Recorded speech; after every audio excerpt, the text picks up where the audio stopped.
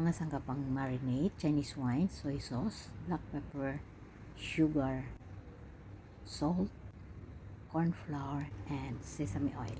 Sit aside at least 3 hours para sipsipin yung lasa.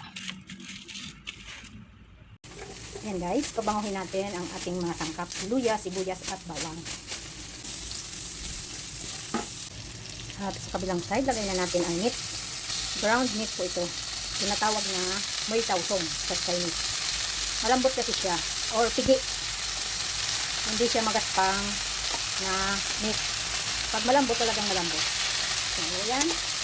Medyo hinaan natin ang apoy. Takpan natin sandali para sumipsip ng lasa at ng aroma.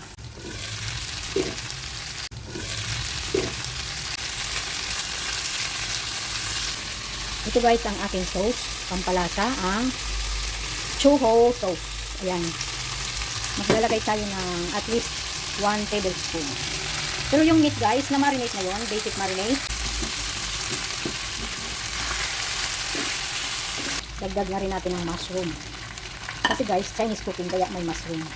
At ang ating pabay, yung fish balon-balonan. Of course, di mawawala ang Chinese wine. Ito po ang brand na ginamit ko, Hua Chao Chu. So ayan, may kumukulo ng tubig. Maglagay na tayo. At i-transfer ko rin siya dito guys kasi mas maganda dito magpalambot. Ayan.